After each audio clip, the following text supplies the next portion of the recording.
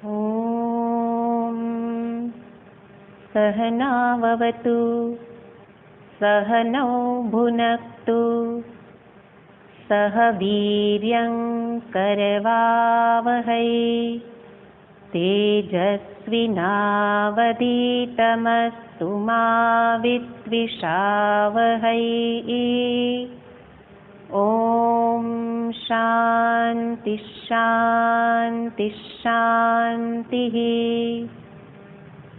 ब्रह्मानन्दं परमसुखदं केवलं ज्ञानमूर्तिं द्वन्द्वातीतं गगनसदृशं तत्त्वमस्यादिलक्ष्यम् एकं नित्यं विमलमचलं सर्वधी साक्षिभूतं भावातीतं त्रिगुणरहितं सद्गुरुं तं नमामि।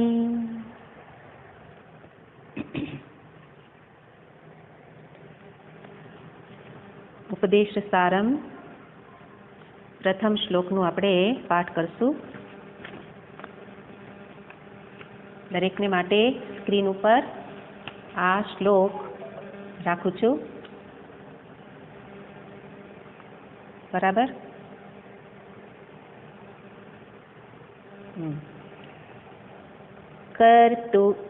कर्तुराज्ञया प्राप्यते फलं कर्म किं परं कर्म तज्जडम्। कर्तुराज्ञया प्राप्यते फलं कर्तुराज्ञया प्राप्यते फलं कर्म किं परं कर्म तज्जडम्। कर्तुराज्ञया प्राप्यते फलं कर्म किं परं कर्म तज्जडम्। ઉપદેશ સારમ ગ્રંથ ભગવાન શ્રી રમણ મહર્ષિજી એમના દ્વારા રચિત છે અને એમના જીવન વિશે આપણે પૂર્વે વાત કરી કે જેમણે પોતાના જીવનનું લક્ષ્ય સિદ્ધ કરી લીધું છે એવા મહાત્મા હતા. અને જીવનનું લક્ષ્ય છે અદ્વૈતાનુભૂતિ, અદ્વૈતની અનુભૂતિ, એટલે કે પૂર્ણત્વની પ્રાપ્તિ. અને આ પ્રાપ્તિ પાછી કેવી છે? કંઈ કર્યા વિનાની પ્રાપ્તિ, પ્રયત્ન વિનાની પ્રાપ્તિ. એટલે કે આપણા શાસ્ત્ર કે છે, શાસ્ત્ર દર્શનની વાત કરે છે કે માત્ર દર્શન કરો, જુઓ. શું જુઓ? જે જેવું છે તેવું જ જુઓ. આપણે જ્યારે જોઈએ છીએ એ સાચું દર્શન નથી. અને એમાં કંઈક આપણા રાગ દ્વેષના સંસ્કાર ભળીને જોઈએ છીએ. કોઈ વ્યક્તિને જોઈએ તો એમાં આપણે કાં તો રાગથી જોઈશું, કાં તો દ્વેષની દ્રષ્ટિથી જોઈશું. પણ મોટા ભાગે જેવું છે તેવું આપણે જોઈ શકતા નથી. જેમ કે કુદરત અત્યારે ચારે સોળે કળાએ ખીલેલી છે, તો આપણને કુદરતને જોવાનો આનંદ આવે. પુષ્પો ખીલેલા હોય તો એમ થાય કે કેવા સરસ ફૂલ છે. તો જ્યારે આપણે ફૂલને જોઈએ ત્યારે કેવી રીતે જોયા? ફૂલનું દર્શન કર્યું. કેવી રીતે? જેવા છે તેવા જ જોયા. પણ જ્યારે મનમાં થાય કે આહા ફૂલ કેવું સરસ છે, ચાલો હું મારા ભગવાન માટે લઈ જાઉં અથવા મારા માટે લઈ જાઉં, ત્યારે શું થયું? એ દર્શનમાં કંઈક કામના ભળી ગઈ અને એટલે પુષ્પ પછી લેવાની વૃત્તિ થાય. પણ બગીચામાં ફૂલ ખીલ્યા છે, કેવા સરસ લાગે છે, જોઈને આનંદ આવે. તો એ પુષ્પનું દર્શન કરવામાં આનંદ છે, પણ પુષ્પને લેવાની જ્યારે કામના ભળી જાય અને માતાજી ના પાડે તો એમાં પછી બીજું બધું ભળે. અને એટલા માટે જેમ પુષ્પના દર્શનમાં જેવું છે તેવું જોવાનો આનંદ છે, એવી જ રીતે સર્વત્ર જેણે આ દર્શન કર્યું છે એવા આ સંત રમણ મહર્ષિજી મહારાજ, કે જેણે શું કર્યું છે? અદ્વૈતનું દર્શન. વાસ્તવમાં બધું એકની જ અભિવ્યક્તિ છે, એટલે કે સર્વત્ર અદ્વૈત જ રહેલું છે. પણ આપણે એમાં શું ભેળવીને જોઈએ છીએ? ભેદભાવ. રાગ દ્વેષ ભેળવવા એનો અર્થ ભેદભાવ ભેળવીએ છીએ. તો એ રીતે ભેદની દ્રષ્ટિ છે, પૂર્ણની દ્રષ્ટિ આપણી નથી. પણ જેમણે અદ્વૈત અનુભૂતિ, કે જે ખરેખર મનુષ્ય માત્રનું લક્ષ્ય છે, અને એ પ્રકારે જેણે લક્ષ્યની સિદ્ધિ કરી એવા પરમ સંત ભગવાન રમણ મહર્ષિજી, એમની અનુભૂતિ, એમને જે અનુભૂતિમાંથી પ્રગટ થયેલી જે વાણી, એ જ છે આ ઉપદેશ સારમ. એટલા માટે એક કે બે શ્લોકથી એની દ્રષ્ટિ પ્રાપ્ત નહીં થાય. એમણે જે પૂર્ણની દ્રષ્ટિ પ્રાપ્ત કરી એ હું પણ કરી શકું, પણ એના માટે સમગ્ર ઉપદેશ સારમનો ગહન અભ્યાસ કરવો પડશે. આ એક જ ગ્રંથ મારા માટે અદ્વૈતાનુભૂતિ કરાવવા માટે પર્યાપ્ત છે. અને એટલા માટે અદ્વૈતાનુભૂતિ એ જ જો જીવનનું લક્ષ્ય હોય, તો પછી આ દર્શન જ કરવાનું હોય તો પછી કંઈ કર્યા વિના શું કરીએ? દર્શન જ કર્યા કરીએ, તો કે એવું તો નથી. એટલા માટે આપણને શું કરવું એનું માર્ગદર્શન આપવા માટે સ્વયં ભગવાનની જ વાણી, વેદશાસ્ત્ર, એ મને ક્યારે શું કરવું ને ક્યારે શું છોડવું એનું માર્ગદર્શન મને આપણા શાસ્ત્ર આપે છે, સ્વયં ભગવાનની વાણી આપે છે. અને એટલા માટે પેલા વેદશાસ્ત્રને ઓળખવા પડશે, અને એ શાસ્ત્રની જ સમજ આ ગ્રંથ આપે છે. જેમ કે જે આપણે જાણીએ છીએ કે વેદની અંદર બે વિભાગ રહેલા છે, કર્મકાંડ અને જ્ઞાનકાંડ. કર્મકાંડ અને જ્ઞાનકાંડ, એમાં પ્રથમ કર્મકાંડને ગણવામાં આવે છે, જે બહુ મોટો વિભાગ, વેદનો મોટો વિભાગ કર્મકાંડ છે. અને થોડા શ્લોકો એ જ્ઞાનકાંડના છે, જ્ઞાનપરક શ્લોકો છે, મંત્રો છે. તો અહીંયા જે વસ્તુ બતાવી છે એ સમગ્રનું દર્શન કરાવવું છે, એટલે કે ક્યાં સુધી કર્મકાંડ અને ત્યાર પછીથી જ્ઞાન પ્રાપ્તિ કરવાની. કારણ કે જ્યારે ભગવાને બંનેનું નિરૂપણ કર્યું હોય તો બંનેની આવશ્યકતા આપણા જીવનમાં રહેલી છે, બંનેનું કંઈક સ્થાન છે, પણ આપણે એ સ્થાનને ઓળખી શકતા નથી. અને એટલે કર્મનું ક્યાં સુધી સ્થાન છે અને જ્ઞાન પ્રાપ્તિ ક્યારે કરવાની, અને જ્ઞાનથી મુક્તિ, આ એક આખો જીવનનો એક માર્ગ છે. અને એના માટે વેદશાસ્ત્ર સ્વયં મને માર્ગદર્શન આપે છે કે કર્મકાંડ, જ્યાં સુધી અંતઃકરણમાં કામનાઓ છે ત્યાં સુધી શું કર? કર્મ કર, સકામ કર્મ કર.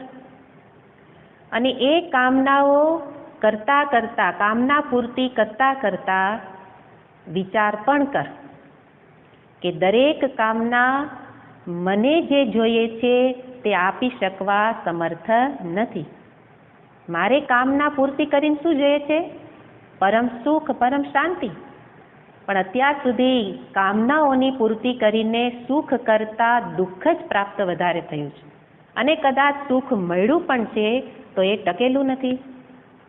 અને એટલે આપણે કરીએ છીએ એ જ રીતે કરવાનું છે, પણ સાથે ઉમેરવાનું શું છે? વિચાર. અનુભવનું અવલોકન કરતા કરતા કર્મ કરવાનું છે, અને તો જ મને અનુભવથી સમૃદ્ધિ મળે. અનુભવ સમૃદ્ધ કરનાર બનવું જોઈએ. પણ આપણા માટે દાદા થઈ જવા છતાં પણ કેટલા અનુભવો કરવા છતાં પણ હજી પણ સમૃદ્ધ થયેલા નથી. તો શાસ્ત્ર મને માર્ગદર્શન આપે કે કેવી રીતે કરવાનું છે. તો એ રીતે કર્મ કરવાનું છે. પણ જે લોકો એવું માને છે કે કર્મ જ કરવાનું છે, શાસ્ત્ર કહે છે કર્મ કરવાનું છે, પણ આપણે આપણે શું માનીએ છીએ? કર્મ જ કરવાનું છે. એવા કર્મઠ, એ લોકોને શું કહેવાય? કર્મઠ લોકો. એવા કર્મઠ લોકોને ઉદ્દેશીને અહીંયા પહેલો શ્લોક છે. ભગવાન કહે છે કર્મકાંડ વિભાગ એ મનુષ્યના કલ્યાણ માટે જ છે કે તને કામનાની પૂર્તિ કરવી હોય તો તું આ રીતે કર્મ કર. પણ એ સકામમાંથી ધીરે ધીરે નિષ્કામ કર્મ તરફ પ્રયાણ કર. કોણ કરી શકશે નિષ્કામ કર્મ? તો કે જેણે અનુભવનું અવલોકન કર્યું, અનુભવથી જે સમૃદ્ધ થયો કે આ કરવા જેવું નથી, કામના રાખવા જેવી નથી. કામના તો મને દજાડે છે, મને વિક્ષિપ્ત કરે છે, અશાંત બનાવે છે. એટલા માટે પેલો ડાયો માણસ ત્યારથી ડાયો થયો કે જેણે શું કર્યું? કામના છોડી, કર્મ નથી છોડ્યા. આ બરાબર, એટલા માટે મેં કહ્યું આખો ગ્રંથ બરાબર અભ્યાસ કરશો તો જ ખબર પડશે કે અહીંયા કર્મની નિંદા શા માટે કરે છે.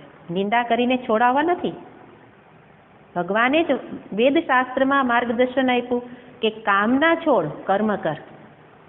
અને નિષ્કામ કર્મ માટે શું કર? સત્કર્મ કર, સદભાવથી કર્મ કર. અને એ રીતે શુભ કર્મ કરતો કરતો કર્મ કર, પણ ભાવના બદલી નાખ, નિષ્કામતા. અને એ નિષ્કામ કર્મ શું કરશે? ફળ તો આપશે જ, કારણ કે પહેલાં જ કહેલું હતું કે કર્મ તો ફળ આપ્યા વિના શાંત થાય જ નહીં. તમારે ન જોઈએ તો પણ, નિષ્કામ હો તો પણ ફળ તો મળે જ છે. જેમ કે આ બે હાથ છે, એ બે હાથ વડે હું તાળી પાડું. તાળી પાડવા રૂપી શું કામ થયું? ક્રિયા થઈ. ક્રિયા થઈ તો હવે હું ઈચ્છું કે બે હાથથી તાળી પાડું, અવાજ ન થવો જોઈએ, પણ અવાજ તો થાય જ છે. મારી ઈચ્છા છે, નિષ્કામ છું, બે હાથ ભેગા થાય પણ તાળી ન પડવી જોઈએ, અવાજ ન આવવો જોઈએ. અવાજ ન આવે એવું તો બને જ નહીં. એટલે બે હાથથી જોરથી બે હાથ ભેગા થાય તો તાળી રૂપી ફળ, અવાજ રૂપી ફળ પ્રાપ્ત થાય જ. એમ નિષ્કામ કર્મ પણ ફળ તો આપે જ છે, અને એ છે ચિત્ત શુદ્ધિ રૂપી ફળ. આ એક આખો માર્ગ સમજવાનો છે. નહીં તો હમણાં કર્મની નિંદા આવશે તો બે શ્લોક પછી અહીંયા થોડાક દેખાય છે, એ પણ નહીં દેખાય. કારણ કે આમાં તો આપણી માન્યતાથી વિરુદ્ધની વાત છે. આ નહીં સાંભળવાનું, બરાબર ને? આ તો કર્મય છૂટી જશે અને આપણે તો ક્યાંય નહીં રહીએ. એટલે મેં કહ્યું કે પૂર્ણ ગ્રંથનો અભ્યાસ જરૂરી છે અને વેદશાસ્ત્રની દ્રષ્ટિ જોવાની જરૂર છે. એટલા માટે આપણે આજે શાસ્ત્રની વાતથી પ્રારંભ કર્યો, કારણ કે એ જ વાત અહીંયા કરે. તો એટલા માટે સકામમાંથી નિષ્કામ, નિષ્કામ શું કરે? ચિત્તની શુદ્ધિ કરે. ચિત્તસ્ય શુદ્ધયે કર્મ, કર્મ હંમેશા ચિત્તની શુદ્ધિ માટે કરો. અને એ રીતે સ્વામીજીનું એક વાક્ય બહુ સરસ છે કે આ જગતમાં આવી આ જીવન મળ્યું એ શેના માટે છે? તો એ ત્રણ વસ્તુ બતાવે છે: હૃદયની નિર્મળતા, બુદ્ધિની તેજસ્વીતા અને વૈચારિક સ્પષ્ટતા માટે. આ જગત એ જીવનની પ્રયોગશાળા છે. આ બધા સૂત્રાત્મક વાક્યો છે જે મારા પ્રશ્નોનું સમાધાન તરત કરી દે. આ જગતમાં આવીને શું કરવાનું છે, શું શીખવાનું છે? તો કે છે હૃદયની નિર્મળતા પ્રાપ્ત કરવાની છે. અને શેનાથી થશે? નિષ્કામ કર્મથી. બુદ્ધિની તેજસ્વીતા, બુદ્ધિ બંધ કરીને આ કંઈ સાંભળવાનું નથી. એટલા માટે તો આમાં તર્ક, દલીલ આપે, દ્રષ્ટાંત આપે છે, જેથી બુદ્ધિ તેજસ્વી બને. બુદ્ધિની તેજસ્વીતા અને વૈચારિક સ્પષ્ટતા. આપણા વિચારમાં ક્યાંય ગડમથલ ન રહેવી જોઈએ. અને નહીં તો ઘણીવાર ઘણા વર્ષો સુધી સત્સંગ કરે, પણ જ્યારે આપણી સાથે વાત કરતા હોય તો શું કરે, એની વાતમાં ક્યાંય બધું ગોળ ગોળ જ લાગતું હોય, હજી કાંઈ સ્પષ્ટતા નથી. તો ત્યાં સુધી આ સતત શ્રવણ કરતા જ રહેવાનું. વિચારમાં સ્પષ્ટતા આવવી જોઈએ કે મારે શું કરવાનું છે.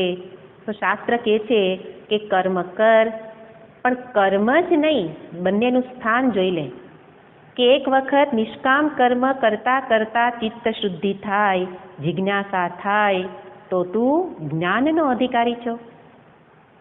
એટલા માટે જીવનભર કર્મ તો કરવાના છે, પણ એનું પ્રયોજન શું હોવું જોઈએ? ચિત્તની શુદ્ધિ માટે. અને પછી જિજ્ઞાસા માટે મારે કાંઈ કરવાનું નથી. જિજ્ઞાસા તો એનું પરિણામ છે, સહજ રીતે જ ઉત્પન્ન થશે. એટલા માટે મારું ક્ષેત્ર શું છે? કર્મ કરવાનું. પણ કેવા કર્મ? નિષ્કામ કર્મ. નિષ્કામ કર્મ કરતા કરતા હું જ્ઞાનનો અધિકારી બનું, તો મને આ જે કંઈ કહેવામાં આવે એ પછી ગ્રહણ થાય. નહીં તો કેટલું સાંભળીએ પણ સમજાય નહીં. સમજાતું નથી એનું કારણ શું છે? ચિત્ત નિર્મળ નથી. અને એટલે ચિત્તની નિર્મળતા એટલે રાગ દ્વેષથી રહિતપણું. અને એવું જેનું ચિત્ત, મીરાબાઈનું ચિત્ત કેવું નિર્મળ હતું. તો એમના જીવનનું એક દ્રષ્ટાંત છે કે હૃદય એટલું નિર્મળ હતું કે એ હૃદયની નિર્મળતાને કારણે એક વખત એની સામે અકબર રાજા આવે છે. રાજા અકબર, એવું કહેવાય છે કે એમના મીરાબાઈના પતિની હત્યા અકબર રાજાએ કરાવેલી. આપણને તો મને તો એમનો બહુ અભ્યાસ નથી મીરાબાઈના જીવનનો, પણ એવું કહેવાય છે. તો રાજા અકબર એની સામે ઉપસ્થિત થાય છે અને મીરાબાઈ જાણે જ છે કે અકબરે જ હત્યા કરાવેલી છે, રાણાની હત્યા કરાવી છે. પણ છતાંય જ્યારે અકબર સામે ઉપસ્થિત થયા તો મીરાબાઈનો વ્યવહાર કેવો હતો? સમત્વ ભરેલો. ક્યાંય એમાં રાગ નહોતો, ક્યાંય દ્વેષ નહોતો, ક્યાંય ભાગવાપણું નહોતું, ક્યાંય એમાં તિરસ્કારનો ભાવ નહોતો. શું કામ? કારણ કે અંતર નિર્મળ હતું. અને એટલે અંતરની નિર્મળતા જ મુખ ઉપર પ્રસન્નતાનો ભાવ લાવે. ભગવાન કૃષ્ણ કે જેને આટલા બધા કર્મ, વિપરીત કર્મો ઘણા બધા કરેલા, છતાં પણ મુખ ઉપર પ્રસન્નતા એવી જ હતી. અને એટલે અર્જુન એમની પાસે માગણી કરે કે હે પ્રભુ, મને આપના મુખની પ્રસન્નતા જેવી પ્રસન્નતા જોઈએ, બીજું કાંઈ જોઈતું નથી. આ આઠે પોર આનંદમાં તમે કેવી રીતે રહી શકો છો? તો એવી જ કંઈક પ્રસન્નતા ભગવાન રમણ મહર્ષિજીના જીવનમાં હતી. અને એટલા માટે એમણે જે કંઈ કહ્યું એને બરાબર આપણે ધ્યાન દઈને સાંભળીએ તો શું થશે? આપણા મુખ ઉપર પણ એવી જ સદાકાળ પ્રસન્નતા બની રહેશે.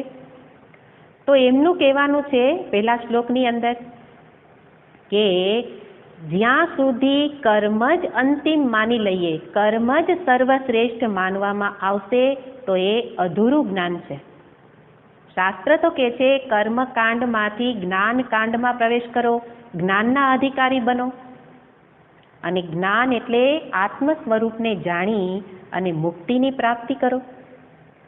તો એવું કરવાને બદલે તમે જો એવું માનતા હો કે બસ કર્મ જ કરવાનું છે, કર્મ જ અંતિમ છે, એમાં ઈશ્વરને પણ ક્યાંય સ્વીકારવામાં ન આવતા હોય, તો એના માટે અહીંયા એવા લોકો પર પ્રહાર કરે છે.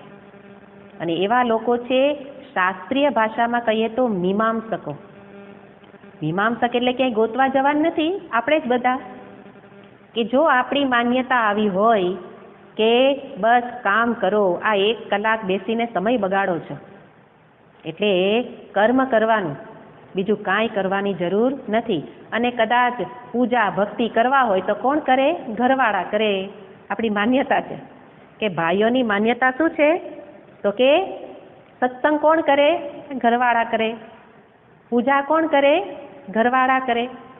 ભક્તિ, પૂજા, સેવા, જે કંઈ ભગવત સંબંધી કર્મ તો ઘરવાળા કરે. આપણે તો શું કરીએ? નોકરી કરીએ અને કાંઈ નહીં તો કોકને મદદ કરીએ વધીને.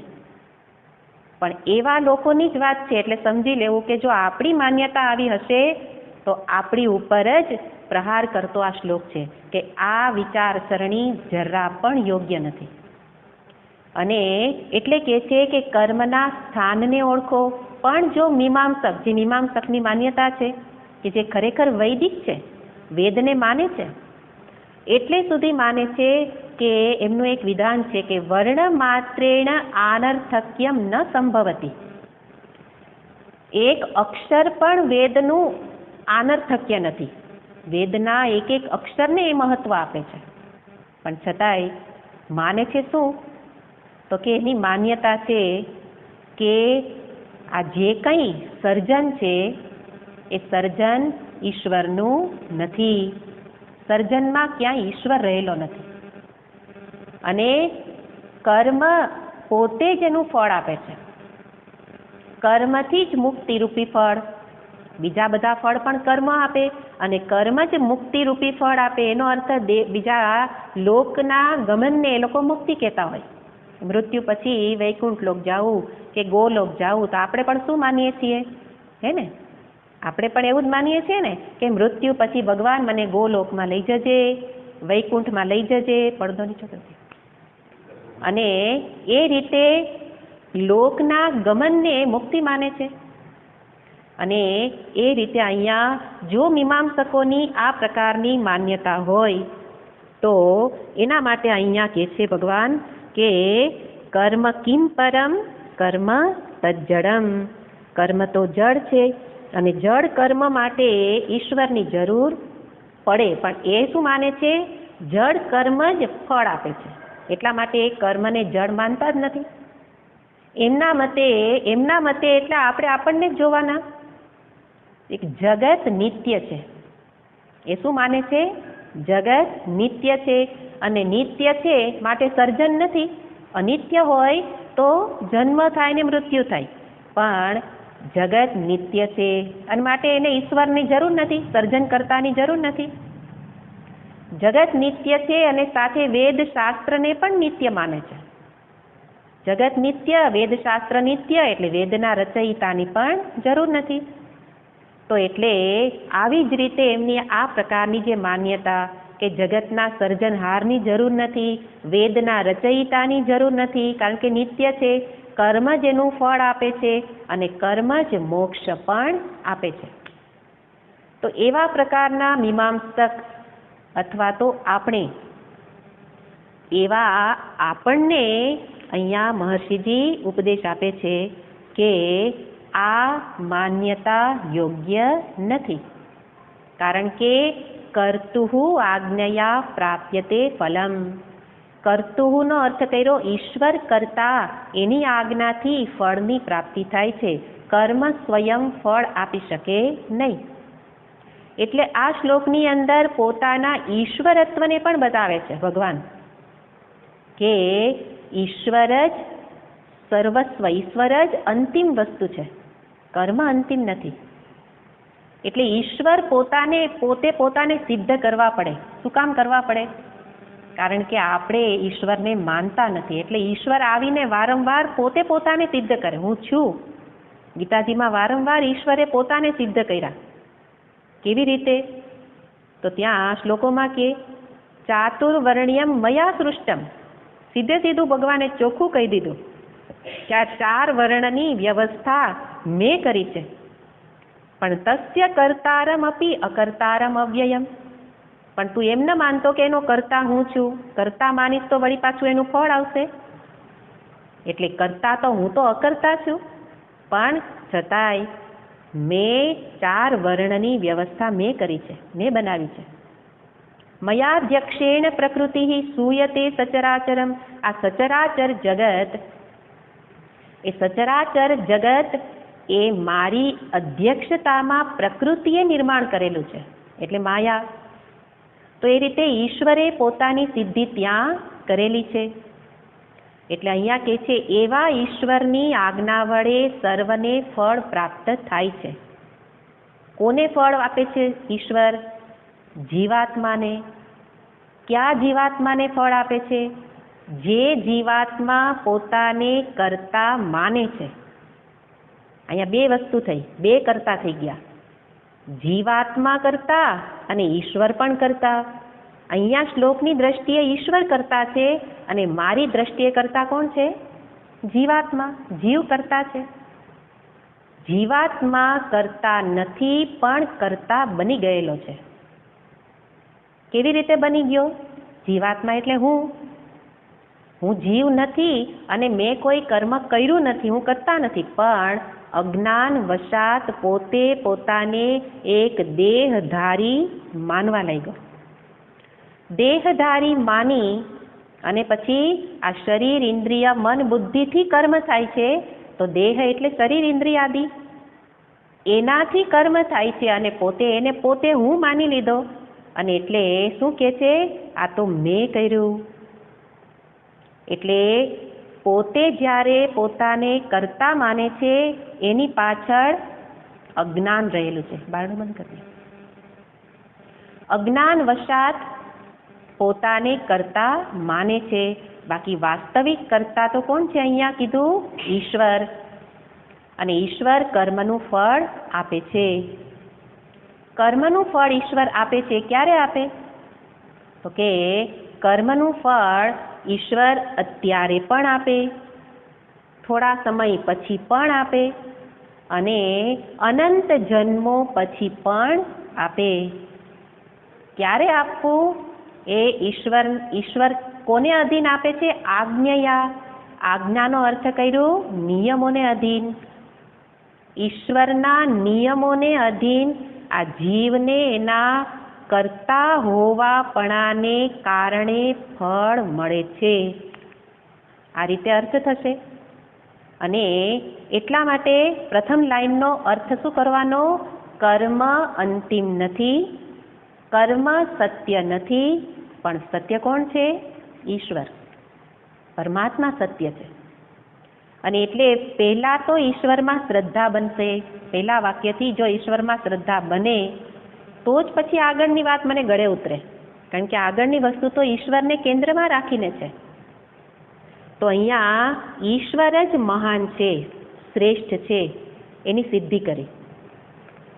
અને કર્મને તું જો મહાન માનતો હોય તો મહર્ષિજી કહે છે કે તું તારા મનને પ્રશ્ન કર, કર્મ કિમ પરમ? કર્મ મહાન કઈ રીતે હોય? કારણ કે હું શું માનું છું? કર્મ જ અંતિમ છે. બસ કરો, કર્યા કરો, જીવનભર કર્મ કરો. એટલે મને ઘણા બધા સલાહ આપતા હોય કે આ ઉપનિષદ ને ગીતા ને એ બધું તો લોકોને ગળે જલ્દી ન ઉતરે. તમે કંઈક સમાજમાં કંઈક સેવાકીય કર્મ કરો, કંઈક કરાવો જેથી લોકો એમાં વધુ જોડાય. શું કરવાનું? લોકોને જોડવાનું. કયા માર્ગે? અંધેન નિયમાના યથાંધાહ.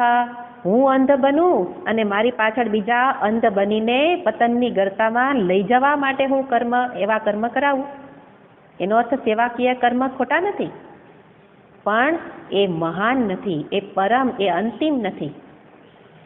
અને એટલા માટે સત્ય તો આ જ છે કે મહર્ષિજી પૂછે છે કે તમે તમારા મનને પૂછો, કર્મ કિમ પરમ? પેલી સિદ્ધિ શું કરી? ઈશ્વર પરમ છે, ઈશ્વર સત્ય, ઈશ્વર મહાન છે. અને એટલે કોઈ સંતને પૂછવામાં આવ્યો કે ઈશ્વર છે કે નથી? બરાબર, ઘણા બધાને પોતાની માન્યતાને પુષ્ટ કરવી હોય એટલે એવા પ્રશ્ન કરે. કારણ કે પોતે માનતા ન હોય. શું માનતા હોય? કર્મ જ અંતિમ છે, ભગવાન જેવું કાંઈ નથી. મંદિરે અને પછી કોલર ઊંચા કરીને કે હું તો કોઈ દી મંદિર જાઉં નહીં, અને મંદિરે જાઉં તો દર્શન કરું નહીં, ઘરવાળાને લઈ જવા પડે તો લઈ જાઓ, પણ હું દર્શન ન કરું. મેં કહ્યું બહુ સરસ. એક ભાઈ કહેતા હતા બહુ સરસ, આ રીતે આગળ વધો, ભગવાન કોક દિવસ ઠોકર ખવડાવશે. તો એનો અર્થ શું છે કે આ પ્રકારે કોઈએ પ્રશ્ન કર્યો કે સંતને કે કર્મ છે, ઈશ્વર છે કે નથી? તો એમણે જવાબ આપ્યો કે ઈશ્વર નથી એવું કહેવા માટે કોઈ પ્રમાણ નથી, કોઈ પ્રમાણે સિદ્ધિ નથી કરી કે ઈશ્વર નથી. પણ ઈશ્વર છે એવું કહેવા માટે શાસ્ત્ર પ્રમાણ છે. ઈશ્વર નથી કહેવા માટે હું પ્રમાણ ક્યાંથી લઈ આવું? આપણે ભલે કહીએ પણ બધા શાસ્ત્ર તો ઈશ્વર છે જ એવું કહે છે. એટલા માટે કદાચ ઈશ્વર છે ને દેખાતો નથી ને એવી બધી કદાચ તર્ક કરો તો પણ જે વસ્તુ પ્રમાણથી સિદ્ધ થઈ હોય એને જ માનવું જોઈએ. એટલા માટે હું માનું છું કે ઈશ્વર છે. અને એટલે પ્રથમ સિદ્ધિ શું કરી? ઈશ્વર છે, ઈશ્વર મહાન છે. અને એટલા માટે પૂછે છે કે જો તું કર્મને મહાન માનતો હોય તો કર્મ કિમ પરમ? અને પોતે જ ઉત્તર આપ્યો, કર્મ તજ્જડમ. કર્મ તો જડ છે, મહાન ન હોઈ શકે. તો કર્મને જડ કઈ રીતે કહેવાય એના વિશે આપણે વિચાર કરીએ. વિચાર કરીને જ અંતે નિર્ણય થાય. સીધે સીધું વાંચીને તો આપણે અર્થ જાણી લીધો કે કર્મ જડ છે, માટે કર્મ અંતિમ નથી, કર્મ મહાન નથી. પણ એના ઉપર આપણા મહાપુરુષો ખૂબ વિચાર કરેલો છે. કારણ કે મોટા ભાગના લોકોનું જીવન કર્મથી જ ભરપૂર છે. અને એને જ્યારે તમારે ગળે ઉતારવું હોય તો એના માટે એની ઊંડી સમજ આપવી પડે. અને એટલે અહીંયા દર્શાવે છે કે એક પછી એક વસ્તુ મુદ્દાને લઈને બતાવે છે કે કર્મ જડ છે, કર્મ પરમ એટલે શ્રેષ્ઠ નથી. કઈ રીતે? તો કે જે હું કરું છું એ કરનારો કોણ છે? ચેતન. કોઈ પણ હોય જીવ, કોઈ પણ જીવ કર્મ કરે તો એ કર્મ જેનાથી થાય છે કોણ છે? ચેતન છે. એટલે જો કોઈ ક્રિયાને, આ બે હાથનું દ્રષ્ટાંત આપ્યું હતું કે બે હાથને કદાચ એમ ભેગું થવાની ઈચ્છા થાય કે મારે તાળી પાડવી છે, કર્મ કરવાની ઈચ્છા થઈ, પણ અંતરમાંથી પેલું ચેતન એને પ્રેરણા નહીં કરે, આ બે હાથમાં ચેતન નહીં હોય તો કર્મ થશે નહીં. તો કર્મ કેવું થઈ ગયું? પરાધીન. કર્મ પરાધીન થઈ ગયું. જે વસ્તુ ચેતનને અધીન હોય, પરતંત્ર હોય, એ વસ્તુ શ્રેષ્ઠ કઈ રીતે હોય? આ સતત પોતાના મનને સમજાવવાનું છે કે કર્મ. એટલા માટે તો પ્રશ્ન પૂછવાની રીત, મહર્ષિજીની ઉપદેશની રીત આ હતી, પ્રશ્ન પૂછો. સીધે સીધું સમજી લીધું એમ નહીં, પ્રશ્ન પૂછો પોતાના મનને કે કર્મ તમે માનો છો કે બધું અંતિમ આ જ છે, બસ કર્મ જ કરો. તો કે પ્રશ્ન કરો કેવી રીતે? તો પહેલો પ્રશ્ન કર્યો કે એ જો જે કર્મ બીજાને અધીન થઈને થતું હોય એ શ્રેષ્ઠ કેવી રીતે હોય? કોને અધીન થાય છે? ચેતનને અધીન થઈને. અને એટલા માટે પહેલી દલીલ, પહેલા તર્ક, એનું સમાધાન શું થયું? કર્મ પરમ હોઈ શકે નહીં, કારણ કે જડ છે. જડ વસ્તુ કોને કહેવાય? યદ દ્રશ્યમ તદ જડમ. જે દ્રશ્ય હોય એ જડ હોય, એટલે કર્મ થતું દેખાય છે, દ્રશ્ય છે માટે પણ જડ છે, અને સાથે ચેતનને અધીન છે માટે પણ જડ છે, માટે પણ શ્રેષ્ઠ નથી.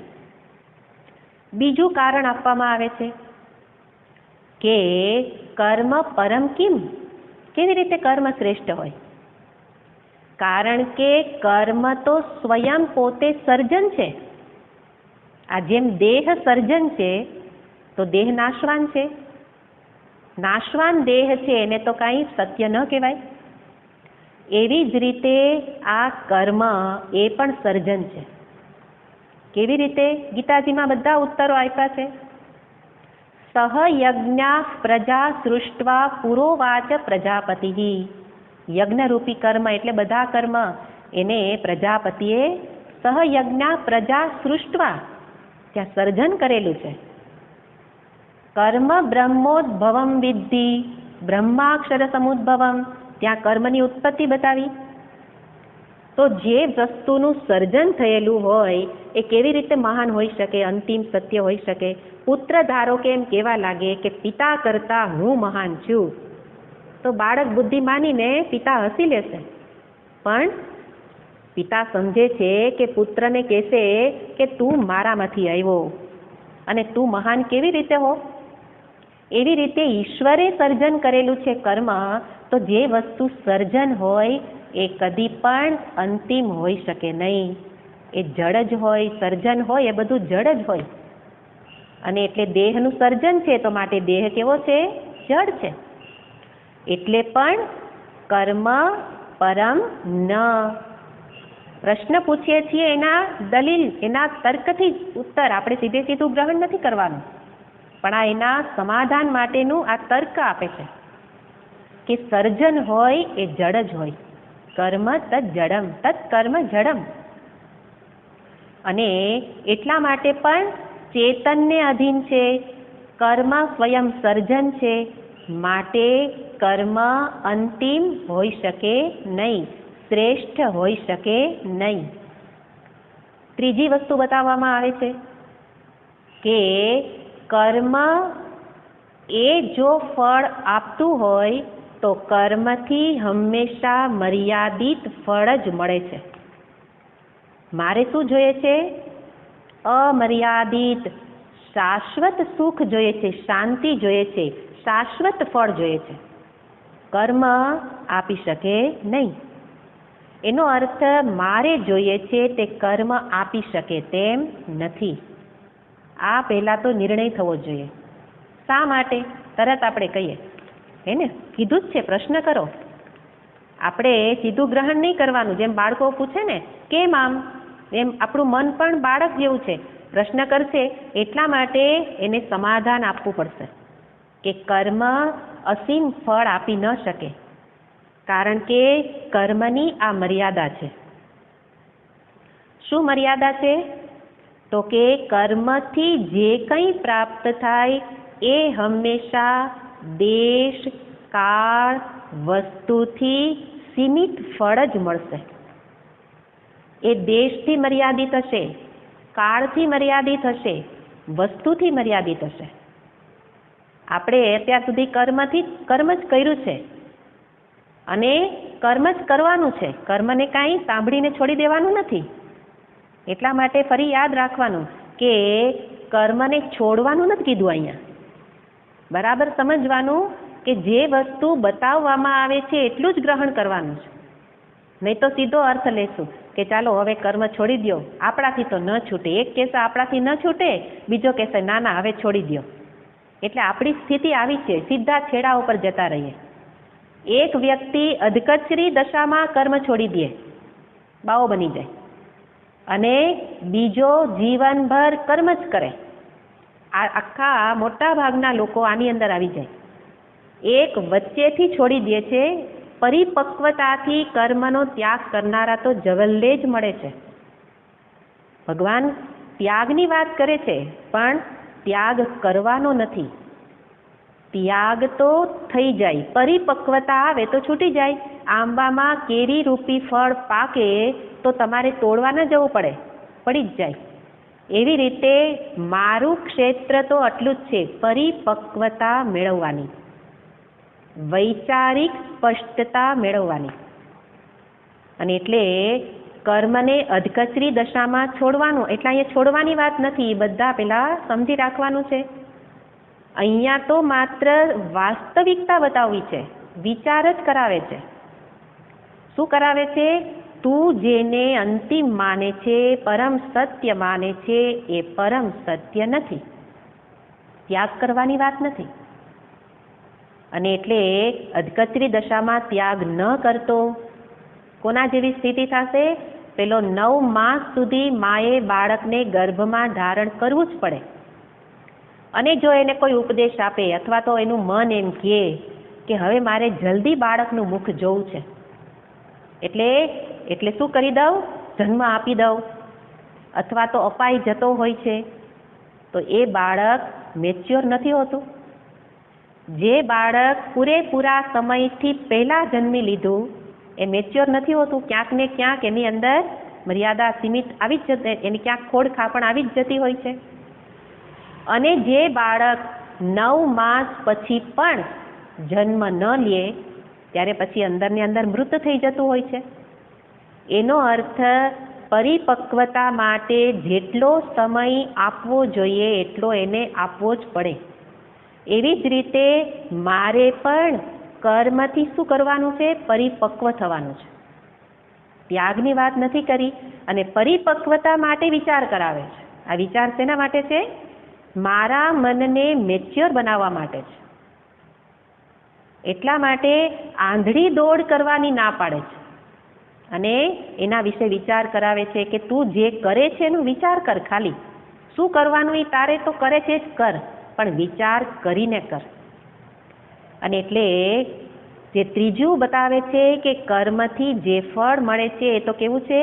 દેશ કાળ વસ્તુથી મર્યાદિત ફળ મળશે. વિચાર કરો કે જે હું ધારો કે ભોજન રૂપી કર્મ, એનું ફળ શું મળશે? ક્ષુધા નિવૃત્તિ, તૃપ્તિ, સંતોષ, કે ભૂખ શાંત થઈ ગઈ, પેટ ભરાઈ ગયું. તો કાળથી મર્યાદિત ફળ છે. કેવું છે? કાળથી મર્યાદિત. બપોરે જમ્યા હતા અને અત્યારે ફરી પાછા ભૂખ્યા થઈ ગયા. શું કામ ભૂખ્યા થયા? કારણ કે એ કર્મનો સ્વભાવ જ છે કે કર્મથી જે કંઈ મળે એ દેશથી એટલે કાળથી મર્યાદિત જ ફળ હોય. એટલે કે અત્યારે મળે, ફરી ભવિષ્યમાં નહીં હોય, ભૂતકાળમાં નહોતું. એટલે મારે તો પાછું સાથે જોવાનું, મારે તો કેવું જોઈએ છે? નિત્ય ફળ જોઈએ છે. અને કયું ફળ? સુખરૂપી ફળ. આપણે પહેલા દિવસનો સત્સંગ યાદ રાખવાનો.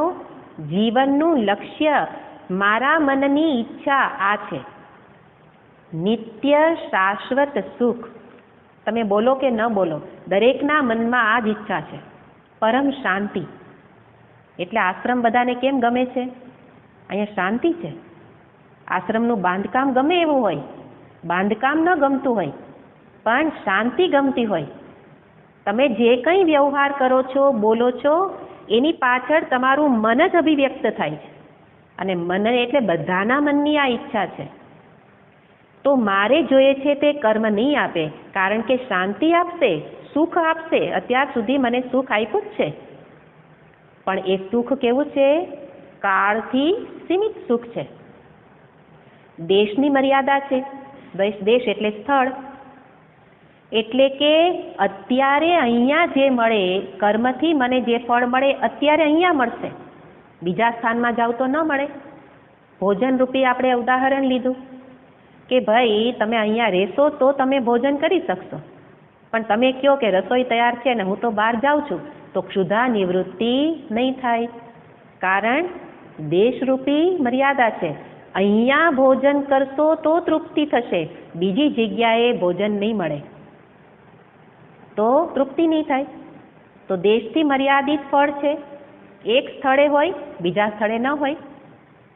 અને ત્રીજું, વસ્તુની મર્યાદા પણ કર્મની અંદર આ એની મર્યાદા છે કે એનાથી જે ફળ મળે એ વસ્તુ પણ મર્યાદિત મળશે. એનો અર્થ આખી દુનિયામાં કેટલી બધી વસ્તુઓ છે. એ વસ્તુઓને શાસ્ત્રમાં એને 3 વિભાગમાં વહેંચવામાં આવતી હોય: સજાતીય, વિજાતીય અને સ્વગત ભેદ. દરેક વસ્તુમાં આ ભેદ રહેલા છે. તો સજાતીય, વિજાતીય, સ્વગત ભેદ આ બધી વસ્તુઓમાં રહેલા છે. અને એવી વસ્તુઓ, એના માટે હું કર્મ કરું. પણ સજાતીય ભેદ એનો અર્થ એક સજાતી એટલે એક જાતિવાળી મિષ્ટાન્ન. તો હું એક વખત લાડુ ખાવ તો પછી પૂરણપોળી ન ખાઈ શકું. એક સાથે 2 હોય તો બરાબર છે, પણ ઘણી વખત ઈચ્છા છે પણ બન્યું નથી. એનો અર્થ એક વસ્તુ બની છે તો એક જ મળશે, બીજી વસ્તુની ઈચ્છા છે તો પણ મળશે નહીં. કારણ કે કર્મની મર્યાદા છે કે એક જ વસ્તુ કે થોડીક જ વસ્તુ આપી શકે. મારા મનની અનેક ઈચ્છાઓ હોય, અનેક વસ્તુઓની ઈચ્છા હોય, પણ એક કર્મ આપી નહીં શકે. એક કર્મ અનેક વસ્તુ અપાવી શકશે નહીં. એટલે તમે આ આશ્રમ બનતો હતો તો આશ્રમમાં એક કામ કરનારો એક જ માણસ હોય, ચણનારો કડિયો જુદો અને પછી પેલું ટાઇલ્સ લગાડનારો જુદો. હું કહું કે ના, એક જ વ્યક્તિ બધા કામ કરો, તો કે એ નહીં થાય. કેમ? મર્યાદા છે. તો વ્યક્તિમાં મર્યાદા છે, એવી રીતે કર્મમાંય મર્યાદા છે. એ એની કર્મની મર્યાદા છે કે એક જ કર્મ જાણે છે, બીજું કર્મ જાણતો નથી. તો આવી દેશ કાળ વસ્તુની મર્યાદાવાળું કર્મ કિમ પરમ? મનને પ્રશ્ન કરતા જાઓ કે તમે જો કર્મને જ અંતિમ માનતા હો તો આ દરેક દલીલ એ તમારા મનનું સમાધાન કરનારી છે. ગળે ઉતરી જાય એવી વસ્તુ છે કે મારે જોઈએ છે તે કર્મ અપાવી શકે નહીં, મારે તો અસીમ અમર્યાદિત સુખ જોઈએ છે. દરેક સ્થાનમાં સુખ જોઈએ છે. આ સ્થાનમાં હોવ તોય સુખી અને ઘરે જાવ તોય સુખી, બહાર નીકળું તોય સુખી, મિત્ર મંડળ સાથે સુખી અને ઘરવાળા સાથે સુખી. પણ ક્યાં થાય છે એવું? મિત્ર મંડળમાં બહુ સુખ લાગે અને ઘરવાળા હારે જરાય સુખ નથી. અને કોકને ઘરવાળા હારે જ સુખ લાગે તો બહાર જવાની ઈચ્છા નથી, બીજા હારે બનતું નથી, ત્યાં ભાઈઓ હારે બનતું નથી તો ઘરવાળા જ ગમે અને ભાઈઓ ન ગમે. એનો અર્થ કે મારું મન તો ઈચ્છે જ છે કે મને બધા સાથે સુખ મળે, પણ કર્મને અધીન એ સંભવ નથી. સંભવ છે, મળી શકે, પણ માર્ગ બદલવો પડશે, વિચારનો માર્ગ, ઘરનો માર્ગ નહીં. વિચારનો માર્ગ બદલવો પડશે કે વિચારસરણી બદલવી પડશે કે કરી કરીને આપણે કહીએ છીએ ને ઢાંકણીમાં જેટલું ખાધું બધું પડી પાછું ખબર નહીં કેથી ભૂખ આવી ગઈ પાછી. તો આ રીતે દેશ કાળ વસ્તુથી મારે જોઈએ છે તે અસીમ ફળ પ્રાપ્ત થાય એવું નથી. એટલા માટે કર્મ પરમ ન, આ બધા આ પ્રશ્નના જવાબ છે. તો પછી પ્રશ્ન થાય કે તો માણસ કર્મની પાછળ કેમ લાગેલો છે?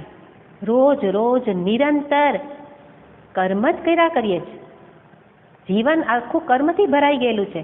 તો જો કર્મ મારે જોઈએ છે તે આપી શકે એમ ન હોય તો પછી જીવનભર લોકો, આટલા બધા કાંઈ લોકો ગાંડા હશે હે ને કે તમે બે ચાર આવીને એવું કહી જાઓ કે આ સત્ય નથી, કે ભગવાન એક આવીને કહે કે આ સત્ય નથી, અને આટલા ને આટલા ટોળા એ શું ખોટી વાત કરતા હશે? તો કે એ ખોટી વાત એટલે કરે કે એમને વિચાર કરેલો નથી, કર્મ વિશેની મર્યાદા જાણી નથી, અને એટલા માટે આટલા કર્મ નિરંતર કરતા જ રહીએ છીએ. એનું કારણ પણ છે. શું કામ કરીએ છીએ? કારણ છે. એનું કારણ છે કે મારા મનમાં રહેલી અપૂર્ણતાનો, અસંતોષનો ભાવ એ જ મને કર્મમાં દોડાવે છે. મને શું લાગે છે? કંઈક ઉણપ છે, કંઈક ખૂટે છે. અને એટલા માટે તો કે જીવનભર આપણે પરિવાર માટે ઘણું કર્યું, હવે ચાલો કંઈક સમાજ માટે કરું. શું કામ કરું? હજી એવું લાગે છે કે મેં કાંઈક કર્યું નથી, ખૂટે છે. તો જે ઉણપનો ભાવ છે, અપૂર્ણતાનો ભાવ છે, એ મને કર્મમાં ધકેલે છે. સાથે સમજવાનું, નિરંતર આ વસ્તુને યાદ રાખવાની, કર્મના ત્યાગની વાત અહીંયા કરી નથી, પણ કર્મની મર્યાદાનો વિચાર કરવાનો છે. જો કર્મની મર્યાદા નહીં સમજીએ તો આગળનો માર્ગ આપણા માટે ખુલશે નહીં, જ્ઞાનનો માર્ગ, આત્મ સ્વરૂપનો, કે જે ખરેખર સત્યનો માર્ગ છે. એટલે એ માર્ગે વિચાર કરાવવા માટે મને આ મર્યાદા બતાવે છે. તો કર્મ પાછળ ધક્કો લગાડનાર કોણ છે? અંતરની અપૂર્ણતા, ઉણપ, હજી કંઈક ખૂટે છે. એનો અર્થ મારે સંતોષ જોઈએ છે, મારે શાંતિ જોઈએ છે, મારે પૂર્ણતા જોઈએ છે, પણ હજી મળેલી નથી. કર્મમાં નિરંતર ભાગનારો વ્યક્તિ કદાપી એવું ન બોલી શકે કે હું તો પૂર્ણમાં સ્થિત છું. પૂર્ણમાં સ્થિત હોય એ કર્મનો ભાર વેંઢારીને ચાલતો જ ન હોય. બોલવા ખાતર બોલી નાખતા હોઈએ કે મને શાંતિ જ છે, સંતોષ છે, પણ એ કેવો સંતોષ છે? ન જાણીને સંતોષ છે, જાણીને સંતોષ નથી. કારણ કે કર્મની લાલસા, કર્માસક્તિ એને એવું બોલાવે છે. અને એટલે કર્મ છોડવાના નથી, કર્મની આસક્તિ છોડવાની છે. તો કર્માસક્તિ પાછળનું કારણ શું છે? કંઈક ઉણપનો ભાવ છે, અપૂર્ણતા. મારે જે જોઈએ છે એ મને હજી મળેલું નથી, એટલે હજી હું એક કર્મ કરું છું, બદલું. એક ધંધો કરતા હતા, હવે આમાં મજા ન આવી, ચાલો બદલો. એટલે સતત અત્યારનો યુગ કેવો થઈ ગયો? પરિવર્તનનો યુગ. શું કામ? કારણ કે મજા ન આવી. મમ્મી એક આઈટમ બનાવી, મજા ન આવી, કાલ બીજી બનાવશે ને. શું કામ? એનાથી મજા ન આવી. મારે જોઈએ છે શું? મજા. પણ હજી એને ખબર નથી કે મજા લેવાનો આ માર્ગ ખોટો છે. તારે જોઈએ છે એનો અર્થ આ નિયમને યાદ રાખો કે દરેકને હંમેશા પોતાના સ્વરૂપની જ ઈચ્છા થતી હોય. દરેકને પોતાના સ્વરૂપને પ્રાપ્ત કરવાની જ ઈચ્છા થતી હોય. અને મારું સ્વરૂપ છે પૂર્ણ, આનંદ, અજર, અમર સ્વરૂપ છે. આત્મ ચૈતન્યથી હું કેવો છું? અજર, અમર, પૂર્ણ, આનંદ સ્વરૂપ છું. હું નિત્ય છું. અને એટલે મારી ઈચ્છા જ મને બતાવે છે કે ખરેખર મારું એ સ્વરૂપ જ છે. કારણ કે નિયમ શું કીધો? દરેકને હંમેશા પોતાના સ્વરૂપને જ પ્રાપ્ત કરવાની ઈચ્છા થતી હોય. ઉદાહરણ આપણે જાણીતું છે કે પાણીને ગરમ કરો તો એ જલ્દી ઠરવા લાગશે. શું કામ? પાણીનું સ્વરૂપ શું છે? શીતળતા. તો એ શીતળતા મેળવવા એટલો બધો પ્રયત્ન કરશે કે જલ્દી આ ગરમીને હટાવો. કારણ એનું સ્વરૂપ છે. તો જેનું જે સ્વરૂપ હોય એની જ ઈચ્છા થતી હોય. તો હવે મારી ઈચ્છાને હું ઓળખું. આ સત્સંગ શું છે? મારા વિશેનો વિચાર છે. વિચાર વિનાનું દોડ કરી, વિચાર વિનાની દોડને કારણે આપણે એટલા બધા એની અંદર લપેટાઈ ગયેલા છીએ કે એમાંથી બહાર નીકળવા માટે ઘણો પ્રયત્ન કરવો પડશે.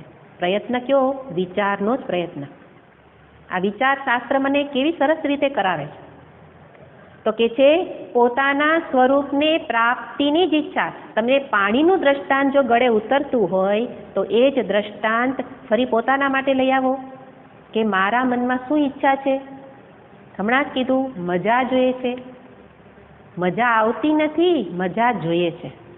એનો અર્થ આનંદ જોઈએ છે, સુખ જોઈએ છે. અને એનો અર્થ જેની ઈચ્છા થાય એ શું હોય? મારું સ્વરૂપ જ હોય. સ્વરૂપને પ્રાપ્ત કરવાનું હોય નહીં. જળને શીતળતા મેળવવા ક્યાંય જવું પડે નહીં, હોય જ. એનો અર્થ શું હશે? તો સુખ મારામાં હશે જ. ખબર નથી છે કે નહીં, પણ આ નિયમને અધીન તો કહેવું પડે ને કે સ્વરૂપ તો હોય જ. તો સુખ મારું સ્વરૂપ જ છે, તો એ હોવું જ જોઈએ. પણ જણાતું નથી. એનું કારણ છે અજ્ઞાન. અજ્ઞાનને કારણે મેળવવાની ઈચ્છા થાય છે. બીજો નિયમ પણ બતાવવામાં આવે. જેને ત્યાગવાનું મન થાય એ સ્વરૂપ હોઈ શકે નહીં. પેલા સ્વરૂપ વિશેની વાત કરી. જેની ઈચ્છા થાય એ શું હોય? પોતાનું સ્વરૂપ જ હોય. મજા. આપણે આનંદ ને સુખના શબ્દો નથી બોલતા, પણ મજા બોલીએ છીએ. આજે તો બહુ મજા આવી, આજે તો જરાય મજા ન આવી. એનો અર્થ આપણી મજા કેવી છે? આવે અને જાય. અને એટલે જલ્દી મજા ન આવતી હોય એ સ્થાન છોડી દો. શું કામ? ભાગો. શું કામ? કોઈક વ્યક્તિ આવી, મજા નહીં આવે, ઘરની બહાર નીકળી જાઓ. શું કામ નીકળી ગયા? મજા મારે હંમેશા જોઈએ છે. એનો અર્થ શું થયો?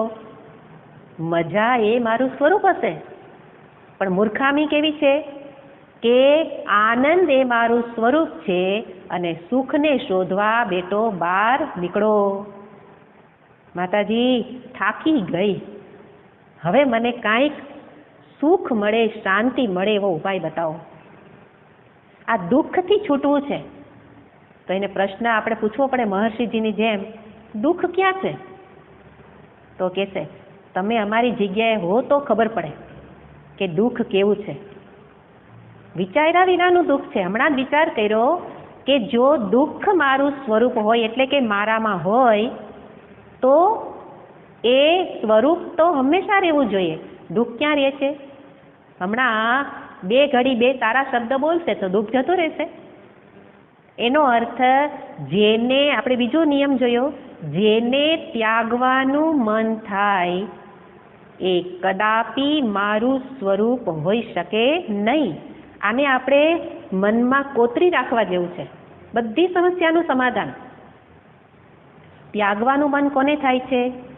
ભાગવાનું મન કોને થાય છે? મૃત્યુથી ભાગો, અપૂર્ણતાથી ભાગો, અસંતોષથી ભાગો, દુઃખથી ભાગો. ત્યાગો એટલે ભાગો.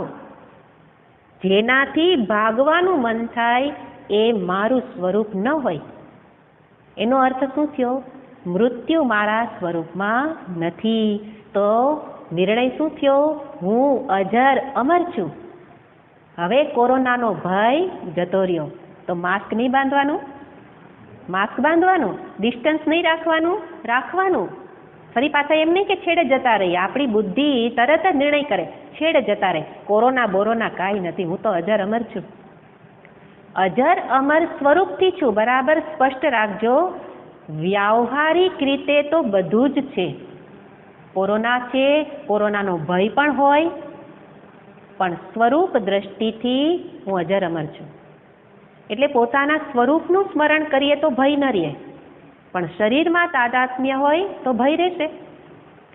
પણ ભય જતો રહે છતાં પણ જે કંઈ કાળજી રાખવાની હોય એ તો રાખવાની જ હોય, કારણ કે વ્યવહાર છે. શાસ્ત્ર કહે છે બધું એક પરમાત્માનું સ્વરૂપ છે. પરમાત્માનું સ્વરૂપ હોય છતાં પણ જેને જે રોલ બતાવ્યો એ પ્રમાણે જ ભજવવાનો હોય. પછી આપણે કહીએ કે તમે ભગવાન છો એટલે એટલા માટે હું મારો રોલ હવે નહીં ભજવું, હું ભગવાન તમે ભગવાન, એમ ન હોય. વ્યવહારમાં રોલ ભજવવાનો છે. આપણી તકલીફ શું છે? રોલ ભજવતા એને સાચો માનવા લાગ્યા. અભેદ સત્ય છે. ભેદ તો રોલ માટે છે, વ્યવહાર માટે છે. તો એટલે શું નક્કી કર્યું? મૃત્યુથી ભાગું છું, માટે મૃત્યુ મારા સ્વરૂપમાં એટલે મારામાં ન હોય. પણ સ્વરૂપ કેવું છે? અજર અમર. અપૂર્ણતા મારે જોઈતી નથી. એનો અર્થ અપૂર્ણતા મારામાં ન હોય. એનો અર્થ હું કેવો હોઉં? પૂર્ણ હોઉં. હું પૂર્ણ છું. અસંતોષ મારે જોઈતો નથી, અશાંતિ મારે જોઈતી નથી. જે ન જોઈતું હોય એ મારું સ્વરૂપ ન હોય. એનો અર્થ હું પૂર્ણ છું, હું શાંત સ્વરૂપ છું, હું સુખ સ્વરૂપ છું.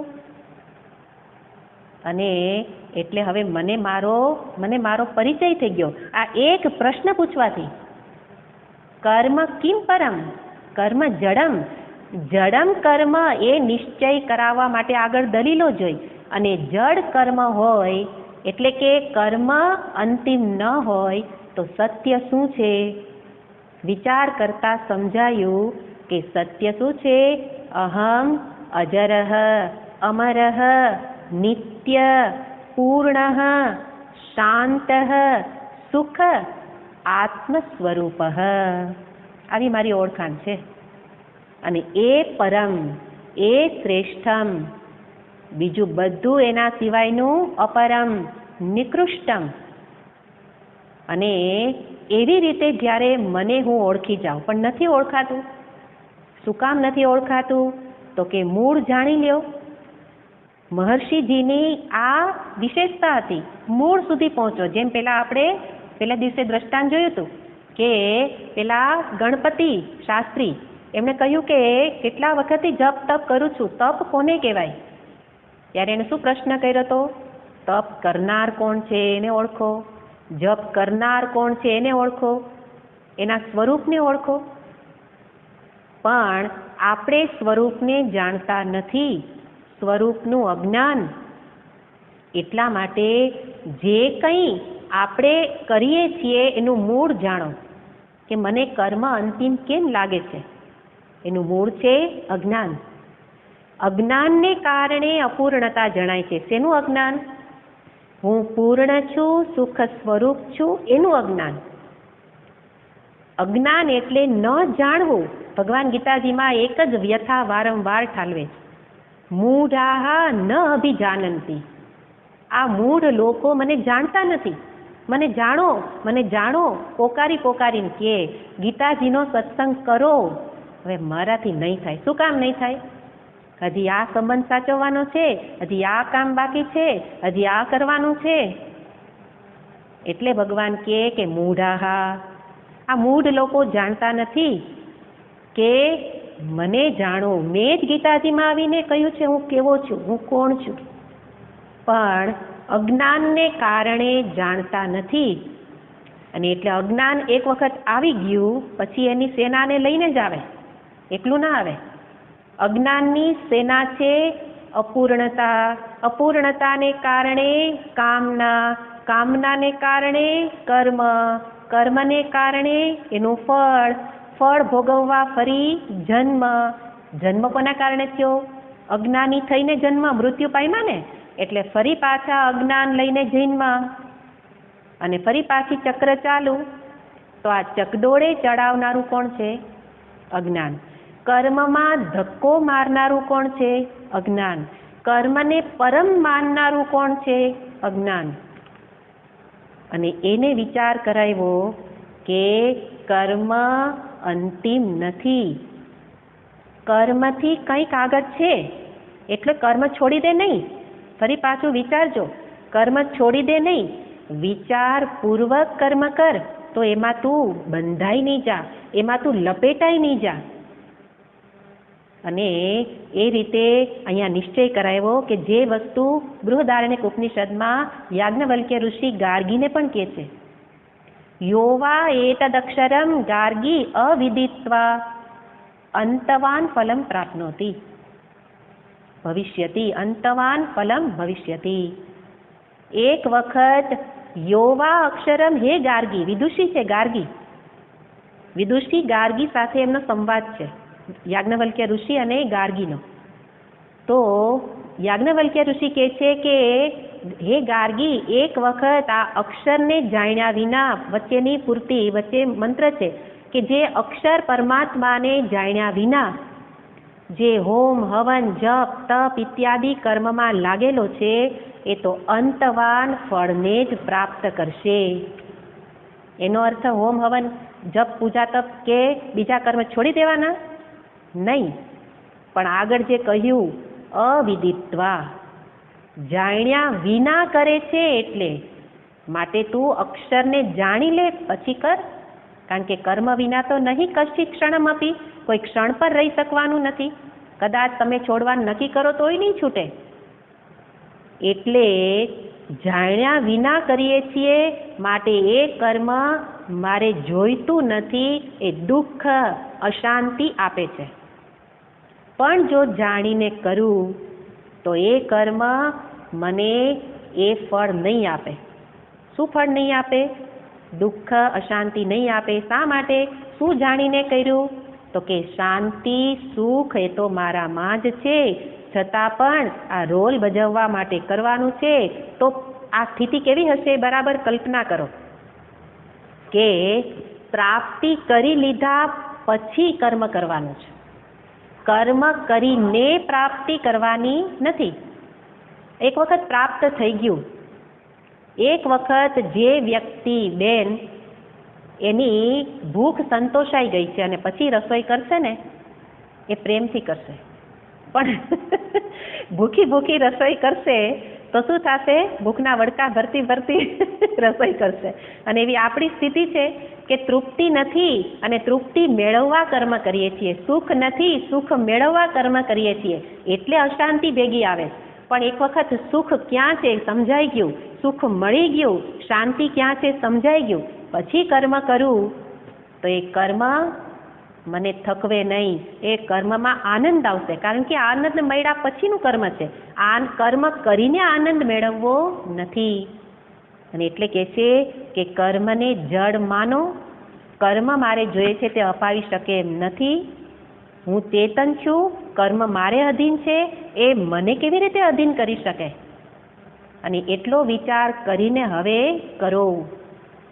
અને એવી રીતે હજી બીજા શ્લોકમાં પણ ભગવાન કર્મ વિશેની જ વાત કરવાના છે. 3 શ્લોક સુધી કર્મયોગની વાત છે અને પછી કહેશે તો હવે ચાલો કેવી રીતે કરવાનું, શું કરવાનું, આગળ શું પ્રશ્ન પૂછે તો આગળ માર્ગદર્શન આપશે. તો એ રીતે આ એક સુંદર શ્લોકમાં વસ્તુ બતાવી કે આપણે પણ આ નિર્ણય કરી લેવાનો છે અને પછી કરીશું તો મને સુખ મેળવવા, શાંતિ મેળવવા કોઈ પર આધાર રાખવો પડશે નહીં. વિશેષ વાતને પછી જોઈએ. ઓમ પૂર્ણમદઃ પૂર્ણમિદં પૂર્ણાત પૂર્ણમુદચ્યતે પૂર્ણસ્ય પૂર્ણમાદાય પૂર્ણમેવાવશિષ્યતે. ઓમ શાંતિ શાંતિ શાંતિ. હરિ ઓમ શ્રી ગુરુભ્યો નમઃ. હરિ ઓમ.